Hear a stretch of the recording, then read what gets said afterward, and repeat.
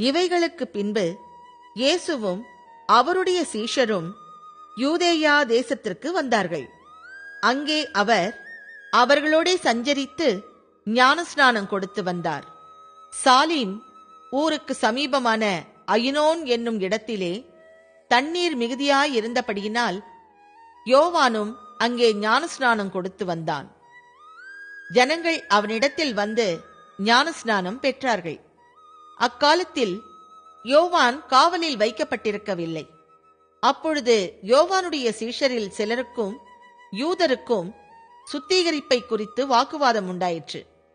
அவர்கள் யோவானிடத்தில் வந்து, ரபி, உம்முடனே கூட யோர்தானுக்கு அக்கரையில் ஒருவர் இருந்தாரே, அவரை குறித்து நீரும் சாட்சி கொடுத்தீரே, இதோ அவர் ஞானஸ்நானம் கொடுக்கிறார், எல்லாரும் அவரிடத்தில் போகிறார்கள் என்றார்கள். யோவான் பிரதி உத்தரமாக, பரலோகத்திலிருந்து ஒருவனுக்கு கொடுக்கப்பட்டால் ஒழிய அவன் ஒன்றையும் பெற்றுக்கொள்ள மாட்டான். நான் கிறிஸ்துவல்ல, அவருக்கு முன்னாக அனுப்பப்பட்டவன் என்று நான் சொன்னதற்கு நீங்களே சாட்சிகள். மணவாட்டியை உடையவனே மணவாளன். மணவாளனுடைய தோழனோ அருகே நின்று அவருடைய சொல்லை கேட்கிறவனாய் மணவாளனுடைய சத்தத்தை குறித்து மிகவும் சந்தோஷப்படுகிறான்.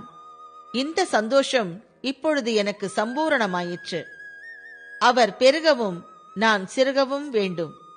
உன்னதத்திலிருந்து வருகிறவர் எல்லாரிலும் மேலானவர்.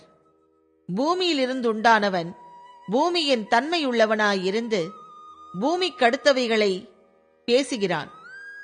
பரலோகத்திலிருந்து வருகிறவர் எல்லாரிலும் மேலானவர்.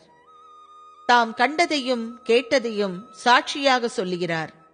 அவருடைய சாட்சியை ஒருவனும் ஏற்றுக்கொள்ளுகிறதில்லை.